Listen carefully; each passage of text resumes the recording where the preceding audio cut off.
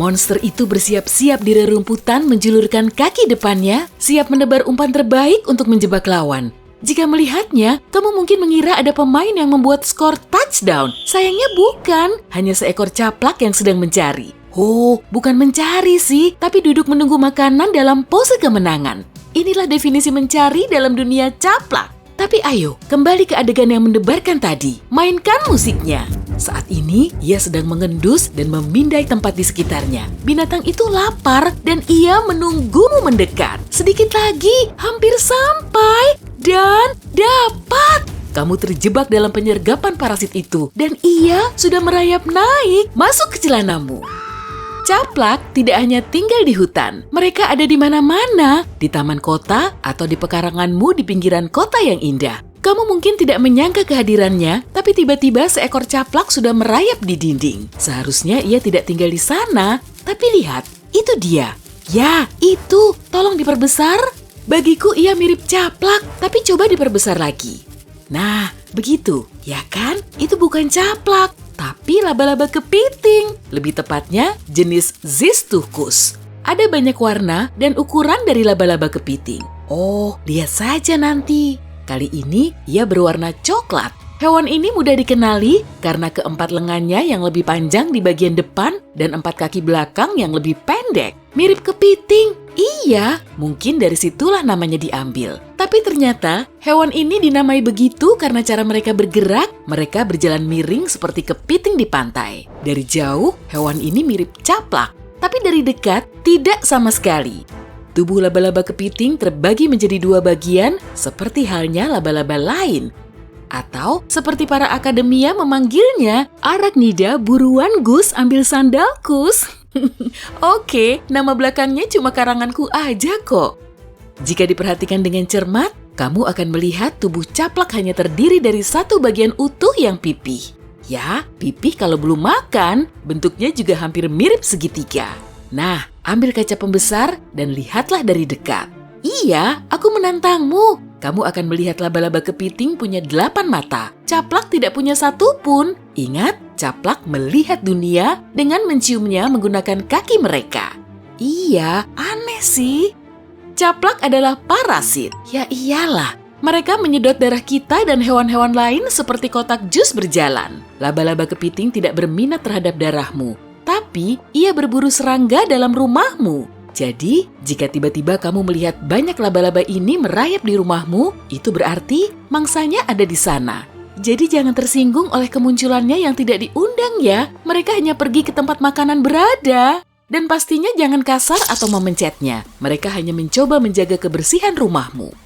Mereka laba-laba pemburu, jadi mereka mencari makan dengan keluar menangkap mangsa. Bukan diam saja menunggu jaring sutranya bekerja. Ya, aku sedang mengincarmu, janda hitam. Oke, itu tidak sepenuhnya benar. Seperti caplak, laba-laba kepiting menunggu mangsanya sampai cukup dekat, lalu menggunakan kaki depannya yang panjang untuk menyambar dan nyam. Karena itulah, warna laba-laba ini berbeda-beda. Yang berwarna cerah bersiap menyergap mangsanya dari atas bunga dan buah berwarna terang. Yang berwarna coklat lebih menyatu dengan cabang pohon dan dedaunan. Dan laba-laba kepiting bisa menghasilkan sutra, hanya saja mereka tidak membuat jaring. Tubuhnya memiliki kait penjepit yang berguna untuk berpindah tempat. Pertanyaan pentingnya adalah, apa mereka memakai topi mewah? Bukan. Maksudku, apa laba-laba kepiting berbisa? Ya, tentu saja. Tapi bagian mulutnya yang kecil tidak bisa menembus kulitmu atau hewan peliharaanmu. Jadi, tenang saja. Sayangnya, hal yang sama tidak berlaku untuk sepupu mereka, laba-laba kepiting raksasa, atau nama bekennya laba-laba huntsman. Hewan ini besar, dan gerakannya cepat. Bagian mulutnya bisa menembus kulitmu, jadi jangan sentuh mereka. Sebaiknya kabur deh. Ayo! Selanjutnya, bayangkan bentuk serangga berikut. Kupu-kupu dengan kepala aligator. Oh, dan ia mirip kacang tanah. Nah, ini dia. Para ilmuwan dengan anggun menamakan hewan ini Fulgora laternaria atau peanut head. Hewan ini cukup besar dan seperti sigung, ia tahu caranya menyemprotkan bau busuk untuk menakut-nakuti musuhnya. Mata palsu yang menantang pada sayapnya juga membantu. Yang terkuat akan bertahan hidup di hutan. Bagaimana kalau tubuhmu kecil dan tak berdaya? Opsi pertama, bersembunyi selama hidupmu. Opsi kedua, berpura-pura jadi hewan paling jahat di hutan dan semua akan takut kepadamu. Ulat dari ngengat gajah elang memilih jalan kedua. Ironisnya, bentuknya tidak menyerupai gajah atau elang. Jika musuh mendekat, hewan ini beralih ke mode ular. Ulat ini menarik kepalanya ke dalam seperti kura-kura, membuat badannya membusung sehingga mirip kepala ular. Ia punya mata palsu dan semua yang dibutuhkan untuk berpura-pura. Ia benar-benar totalitas. Ulat ini meliuk-liuk mirip gerakan ular. Apapun yang akan melahapnya akan berubah pikiran. Oh, aku cuma numpang lewat. Nah, kembali ke laba-laba. Tapi tunggu, tidak semua laba-laba itu mengerikan loh. Pergilah ke Hawaii untuk menemukan laba-laba berwajah bahagia. Happy Face Spider! Untuk seekor arachnida, wajah aslinya mungkin tidak begitu tampak riang, tetapi pola di punggungnya sepertinya senang bertemu denganmu. Fakta serunya, dan itulah pekerjaanku di sini, pola itu bisa berubah karena makanan. Aku rela membayar untuk melihat seperti apa wajahnya ketika makan makanan pedas.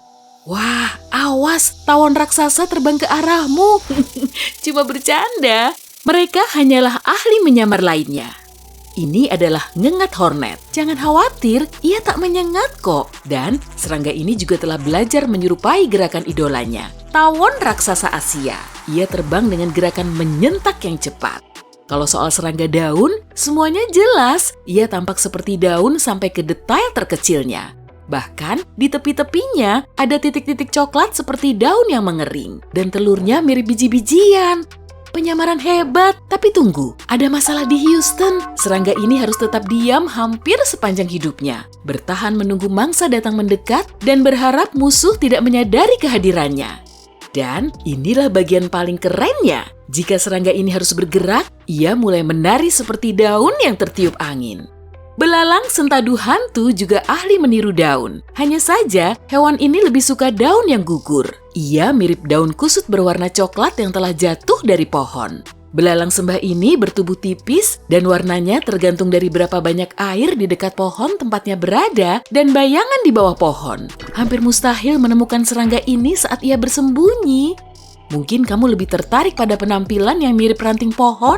Ini dia belalang ranting. Serangga ini hidup di pepohonan dan hampir tidak bergerak sama sekali. Kamu mungkin berpikir, ya oke, aku telah melihatnya di halaman belakang, hebat. Tapi, apa kamu pernah melihat belalang ranting gargantuan? Yang paling besar yang pernah ditemukan sama panjangnya dengan punggungmu? Ada juga serangga yang meniru bentuk duri. Mungkin lebih berbahaya dari yang berbentuk daun biasa, namanya serangga duri. Kamu sudah dapat bayangannya kan? Sentuh aku, maka kamu akan tertusuk. Sini pengecut. Tetapi, ia telah merekrut temannya untuk membantu menjauhkan musuh. Mereka berkerumun dan mengubah cabang halus menjadi penuh duri. Ouch! Burung-burung lapar yang melihat ini, jika mereka cukup pintar, memutuskan untuk tidak hinggap di sana. Hei, siapa yang lupa menutup portal dunia paralel yang penuh dengan monster misterius? Sebetulnya kamu masih ada di bumi dan kamu berbagi planet dengan hewan ini. Apalagi jika kamu berada di Asia Tenggara atau Australia. Inilah nama yang diberikan oleh para ilmuwan, Creightonus ganges. Tapi aku menyebutnya serangga tentakel. Iya, bentuk serangga tentakel tidak selalu seperti itu. Biasanya tampak seperti ngengat, kebanyakan karena mereka memang ngengat.